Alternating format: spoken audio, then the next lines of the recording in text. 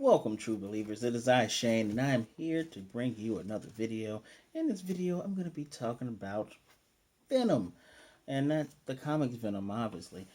Over the past, I believe it was Monday, we got the trailer to Let There Be Carnage, the sequel to the 2018 movie Venom, starring Tom Hardy. Well, I had a friend of mine say to me, hey, you should really talk about why you don't really like the anti-hero take on Venom, which is actually not what I don't like. There's actually a reason why I did not see this movie until this Monday, because I just wanted to watch it, make sure I have all my facts, because you can know about a movie, but until you experience it, you really don't know the movie, right?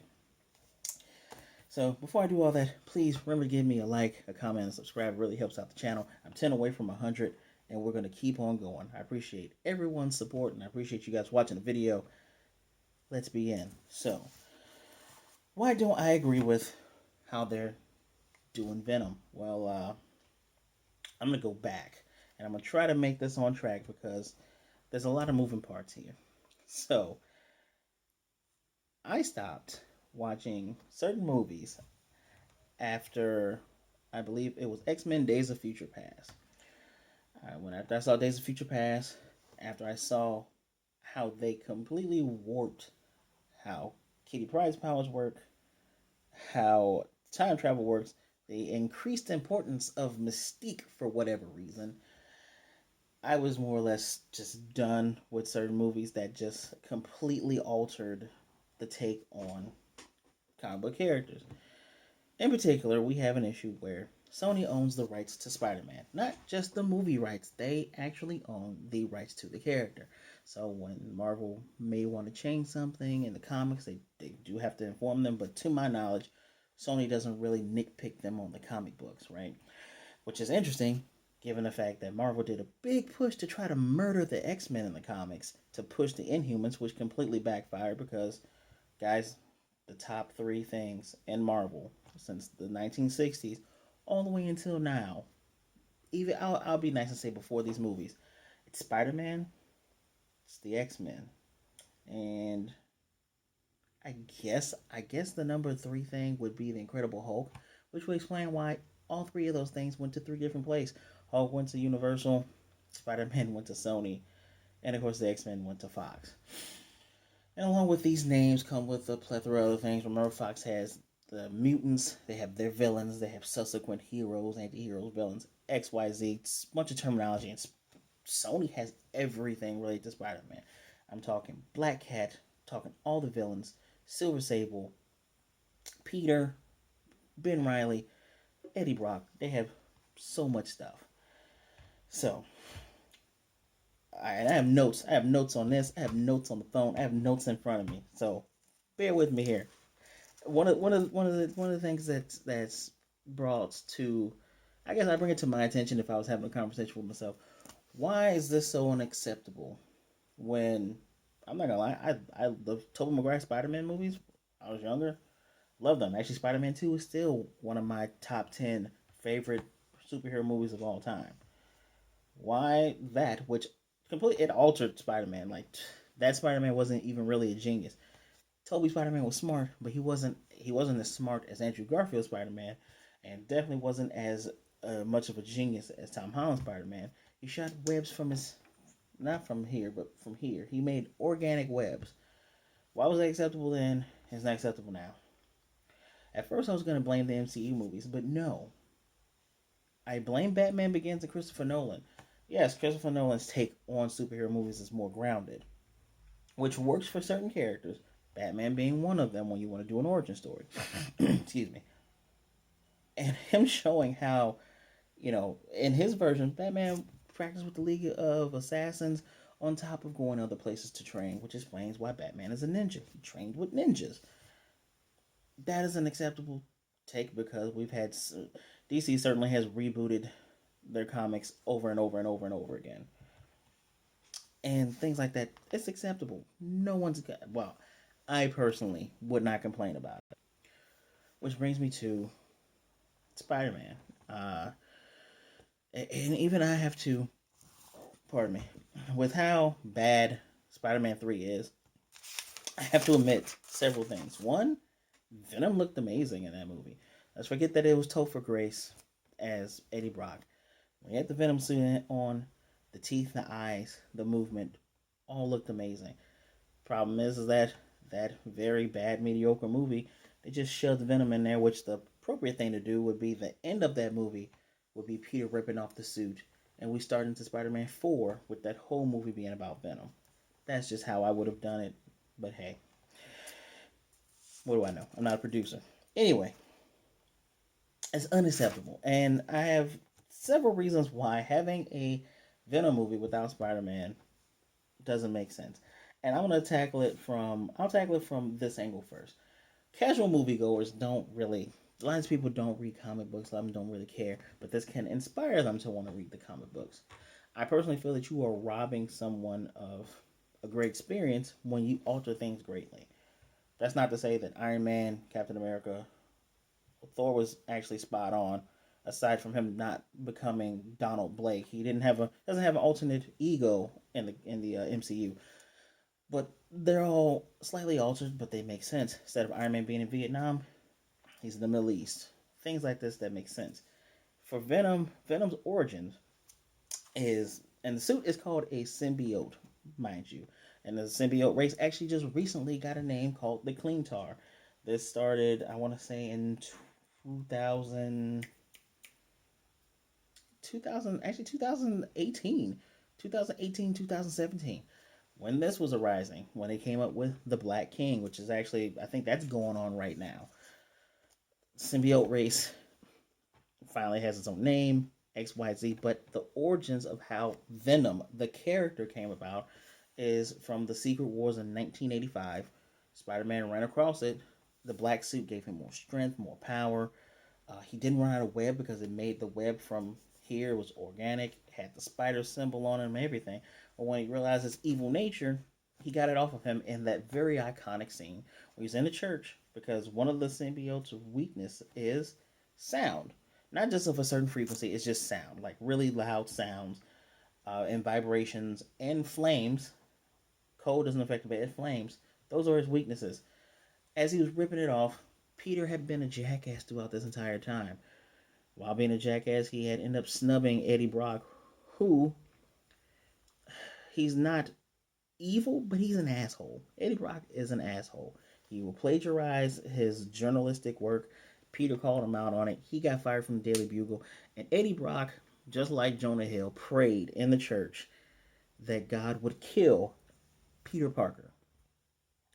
Unbeknownst to him and unbeknownst to Peter, he was ripping the suit off. It fell on Eddie, just like in Spider-Man 3 with Topher Grace, and it bonded to him. The reason why this is a major thing is because not only is that where he gets a symbol from, that is where he gets his powers from. The symbiote had been it's so drawn to Peter, and it was so much a part of his life. The thing knows how spider sense work. Venom does not trip off Spider-Man's spider sense, making him a really big adversary because Peter doesn't know when he's going to strike. Just like in the animated cartoon on Fox, when Eddie came around, he's like, I didn't even sense when the guy was here. This is bad. He knows my secret. He knows who I love, X, Y, and Z. That's what makes him a big threat. Another part of messing up his origin is messing up the origin of Eddie Brock. Eddie Brock and Venom, he's a goofball. Let's just be honest. He's a goofball who has a heart of gold. He goes for the truth in stories time after time after time. Good guy. Makes mistakes, just like a normal person, which is mistake in the movie. Spoiler if you haven't seen it. You know, his girlfriend worked for the Life was a lawyer who worked for the firm who worked for the Life Foundation. He found out some of the bad things that was going on by using her laptop and tried to get a gotcha expose while just doing a BS story on Carlton Drake, the villain. Look, for what it's worth, Eddie Brock's evolution into the anti-hero, the lethal protector Venom, that is something that is worth showing throughout 2 or 3 movies. Honestly, if you started with a Spider-Man origin and then your second movie involves Venom needing to make a choice, just like John Walker had to make a choice, I need to either kill Spider-Man or save people. He decides to save people, and then you go off with your solo adventure from there. That's just how it works. And this Venom movie was very much inspired by Lethal Protector. I bought this shirt at Sears. Haha. Lethal Protector, and whether they want to admit it or not, and I want to actually get this part right, it was also inspired by Venom the Hunger, a miniseries from '95 and a miniseries from '96. Why do I say the Hunger? Because it was here that Eddie Brock was working with no sleep, fighting villains, and one of his things to do with Venom is he's gonna tease that he's gonna eat you. The pancreas and lungs line they're using here ripped straight out of the comic book in Amazing Spider-Man. I can't remember the issue, and it's just what he does. But one day, he actually bites a dude's brains. Immediately realizes what he's done. He throws the brains up, and he realizes that he needs, oh my goodness, phenethylamine. It's a chemical that's apparently in brains, but Eddie was able to figure out that it was also in chocolate, so he substitutes that for chocolate. Which in the new trailer you'll see that Venom is like he needs his chocolate. A little bit more digging showed me that phenethylamine is also in a lot of things. It's also in fungus and plants. Eddie could have just ate some mushrooms. But I digress. Why is this important? This is important because you are actually building more of a rich history for this character. I understand the writers were trying to. You're put between a rock and a hard place, right? Sony made this deal with Disney Marvel after after the email leaks and they were up a creek. They had to make deals to still make money. So they said, well, we can't use Spider Man because he's doing this with them, but so how can we make this Venom movie without it? And if you ask me time and time again, I say you don't. You don't make the movie because even if you took the origins from the Ultimate comic books, with which both Peter and Eddie, because Peter Parker and Eddie Brock Jr. are the same age in the Ultimate comic book. Pardon me. And their fathers were doctors that created the symbiote from using Trash Industries as their benefactor. Now, Trash Industries, these are the guys that hate the X-Men. You can just follow along with that. They want to use it as a bioweapon. Brock Sr. and Richard Parker said, no way, Jose. Unfortunately, they were killed in a plane crash. That's how their parents were killed. That's how they had a deeper connection. So even if you were to tell me, well, we wanted to say, well, Spider-Man didn't get the suit from there. It was made another way. It still deals with Spider-Man, my dude. Richard Parker is still Peter Parker's dad. And even that story in there where the symbiote binds to Peter and has a desire to be with him, later on has a desire to be with Miles, and Eddie Brock is trying to figure out why is he not special. That's another take you could have taken. But in the comics, Eddie needs the suit just as much as the suit needs Eddie. One of the things that's gonna be annoying to watch in this next movie is Eddie still hasn't accepted Venom. Even though Venom technically isn't the name of the suit, Venom is who they are together.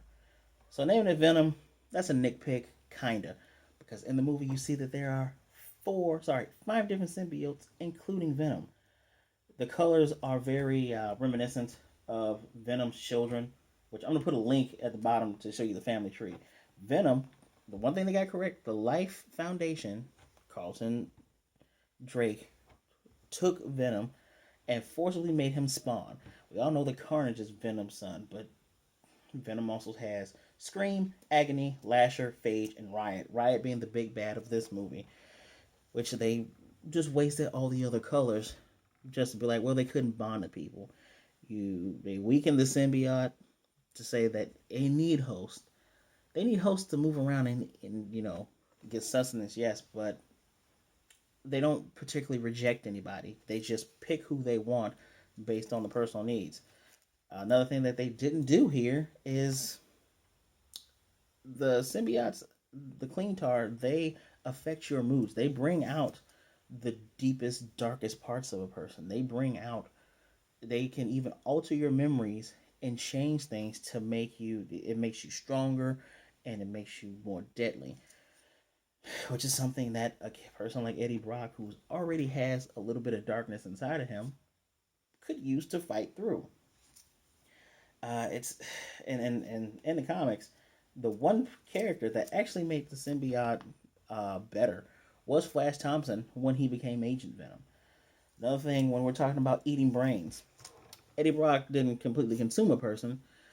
Even Flash Thompson had lost control once and had eaten a person but spit him back out. Actually, no, he fully ate an acolyte that put a demon inside of him. Sorry. But the person who enjoyed eating people was Matt Gargan, aka the Scorpion, when he became Dark Spider-Man for the Dark Avengers. He enjoyed eating people. There was actually a bunch of villains that were trying to find a way to get revenge because he had eaten parts of them. Matt Gargan actually tried to eat a squirrel, but had to spit it out on top of J. Jonah Jameson's desk because it had rabies. Fine, we took several different types of venom and mixed it together. Sure, a person like Kevin Feige loves doing things by the comics, so I can see why Amy Pascal tried to say, "Oh, our movies are adjacent to Spider-Man, MCU Spider-Man." He gave her that look and said, it's not, because you guys don't know how to A, produce these movies properly, and B, you don't know how to tie a world together. This movie made $1 billion. That's why it has a sequel. I think it has like a 29% on Rotten Tomatoes. Honestly, my my complete and honest judgment on the movie, it's a 3 out of 5. It's not super bad. It's not super good. It's just there, which is a problem. I'm a hardcore Spider-Man fan. I love everything that deals with Spider-Man. I would want something like Venom to be done well. And the crazy part is, as you saw on the screen moments ago, Venom looks great. Riot looks great. The problem with having the main plot of the movie being like Riot is this big and bad guy. Fine, he's not a spawn of Venom. You gotta explain why all the suits look different too, because all the clean tar are all black until they spawn into other things. But I digress. To say that there is a planet full of these things that want to come back, I would have saved that for a end of a second or third movie. You gotta slowly raise the stakes, because now your stakes are, okay, the serial killer freed his girlfriend. Now he's going on a killing spree. Maximum. It shouldn't be called Let There Be Carnage. Should be called Maximum Carnage, which everything that's gonna happen in this movie is gonna happen. Has happened in the comic books, except you won't have Captain America, Spider-Man, Black Cat, X, Y, and Z helping to stop him. It's just gonna be Eddie, who's dealing with his personal issues with Venom because he's not getting with Anne. All in all, they got the references. They got Life Foundation right. They got to deal with his ex. Well, she's his ex fiance in here. That was his ex wife in the comics. They have a deep bond. I appreciate that. You even see She Venom, who looks fantastic. It's just you're robbing. It's the same thing as making a Joker without Batman. And the show Gotham tried to do that, and that show is piss poor horrible. Yes, I said it. And that Joker looks horrible. Makes no sense. This is how I feel.